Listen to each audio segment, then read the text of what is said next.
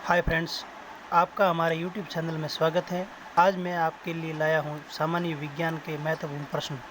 चलिए शुरू करते हैं। प्रश्न नंबर एक अंतरिक्ष यात्री पृथ्वी तल की तुलना में चंद्र तल पर अधिक ऊंची छलांग लगा सकता है क्योंकि वह चंद्रमा पर भारहीन होता है।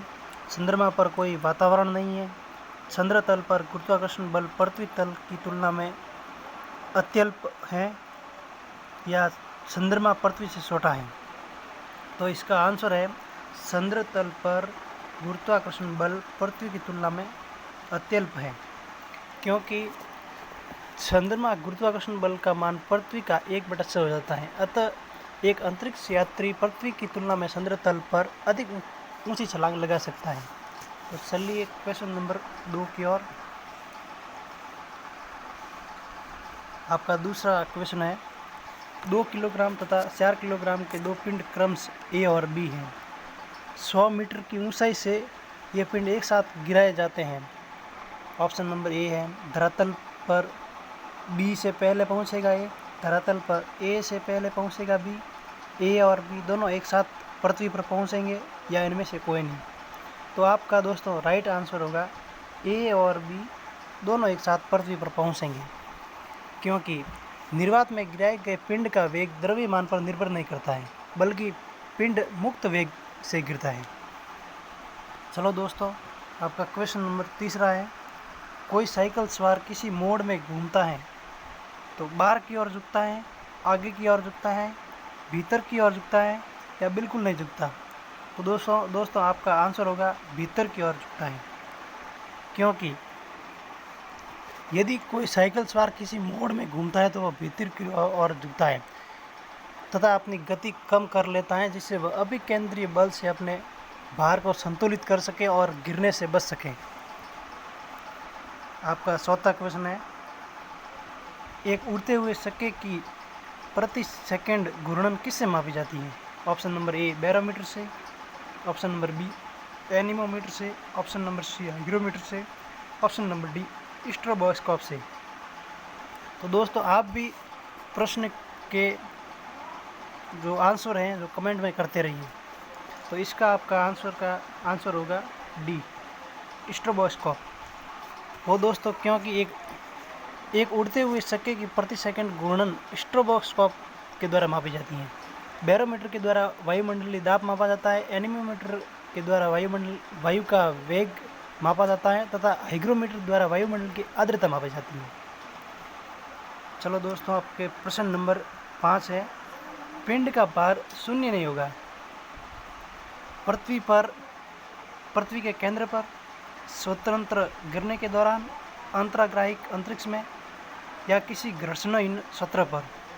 तो दोस्तों आपका आंसर होगा डी किसी घर्षणहीन सतह पर। क्योंकि किसी घर्षण सतह पर किसी पिंड का भार शून्य नहीं होता है क्योंकि पिंड के भार पर उसके घर्षण का अर्थ नहीं होता।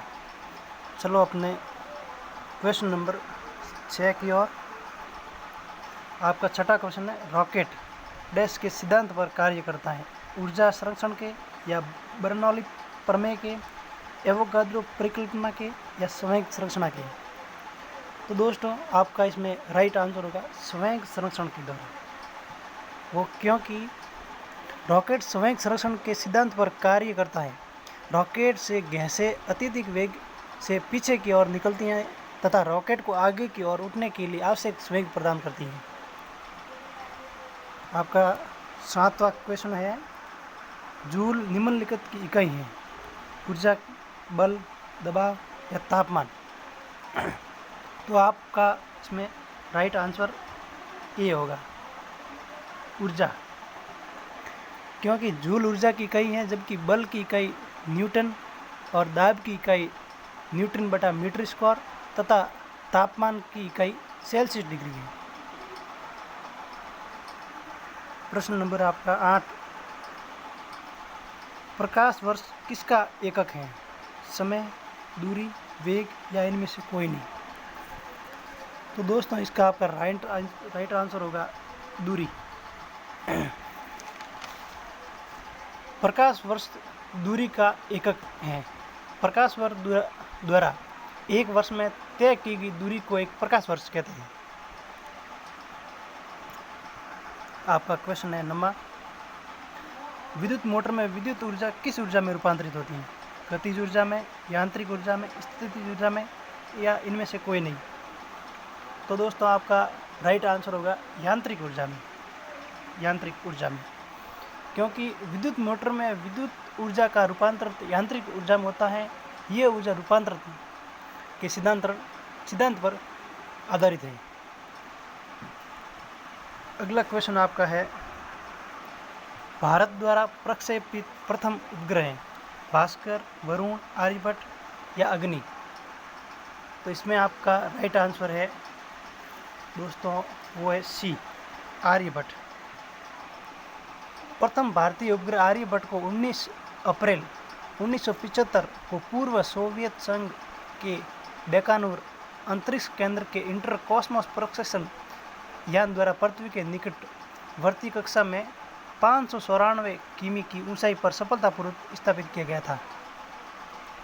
तो चलो दोस्तों आपका 11वां क्वेश्चन है, फ्यूज तार का क्या गुण होना चाहिए? उच्च द्रव्यांक, न्यून प्रतिरोध, न्यून तन्यता या उच्च प्रतिरोध?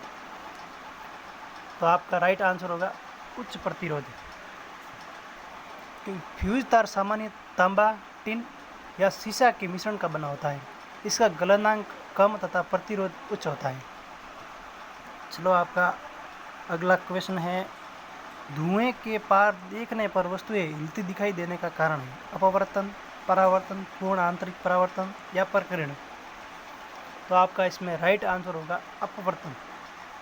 अपवर्तन प्रकाश किरणें के एक माध्यम से दूसरे माध्यम में जाने पर अपने आप विचलित हो जाने को अपवर्तन कहते हैं। धुएं को पार देखने पर वस्तु हिलती नजर आने का कारण भी अपवर्तन है। ध्यान रहे, अपवर्तन की क्रिया में प्रकाश की साल तरंग दैर्ध्य तथा तीव्रता बदल जाती है, जबकि आवृत्ति वही रहती है। अगला प्रश्न 13वां आपका है, भोजन में विटामिन डी की कमी से होने वाला रोग है? स्कोरी, बेरीबेरी, रतौंधी या रिकेटस?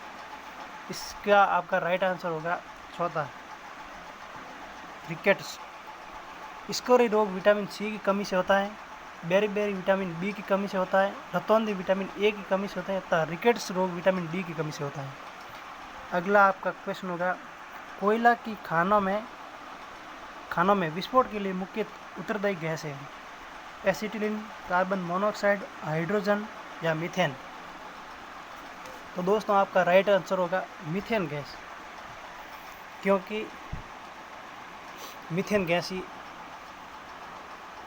चलो आपका अगला क्वेश्चन है, सार्वत्रिक गुरुत्वाकर्षण नियम का प्रतिपादन किसने किया था? केपलर या गैलीलियो, न्यूटन या कोपरनिकस ने?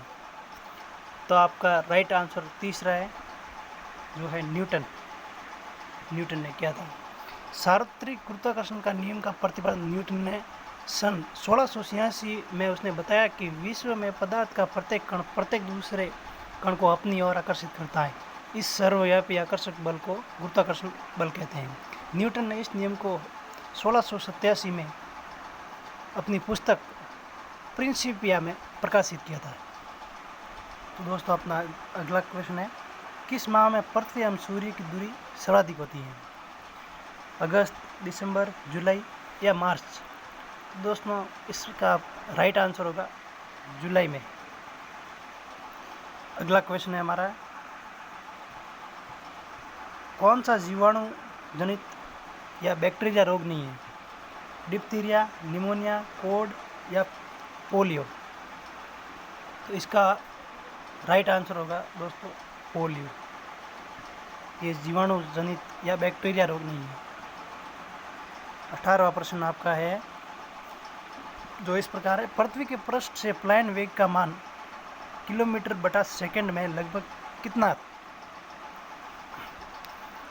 है? 25, 1, 5 या 11? तो इसका दोस्तों राइट आंसर है जो वो 11 है। पृथ्वी की सतह से किसी वस्तु का पलायन वेग 11.2 किलोमीटर प्रति सेकंड होता है। प्लेन वेग वह न्यूनतम वेग है जिसे किसी पिंड को ऊर्ध्वाधर ऊपर की ओर फेंकने पर पृथ्वी के गुरुत्वीय क्षेत्र को पार कर जाता है और पृथ्वी पर कभी नहीं लौटता। तो चलिए दोस्तों, अपना अगला क्वेश्चन है 19वां। वह बल जिसके द्वारा कोई पिंड पृथ्वी के केंद्र की ओर आकर्षित होता है क्या कहलाता है? गुरुत्वाकर्षण बल, द्रव्यमान संवेग या वेगानुवर्ती बल? तो दोस्तों, इसका राइट आंसर होगा गुरुत्वाकर्षण बल। ये बल वह बल जिसके द्वारा कोई पिंड पृथ्वी के केंद्र की ओर आकर्षित होता है गुरुत्वाकर्षण बल कहलाता है। इसे ही उस पिंड का भार भी कहते हैं। तो चलिए दोस्तों, अपना लास्ट क्वेश्चन है तांबा और टिन का मिश्रण क्या कहलाता है? पीतल, कांसा, टांका या माइक्रोन? लगभग दोस्तों इस क्वेश्चन का उत्तर सभी को पता होना चाहिए, लेकिन इसका राइट आंसर है वो है कांसा। तो दोस्तों, हमारे चैनल को सब्सक्राइब कीजिए, लाइक कीजिए और शेयर भी कीजिए।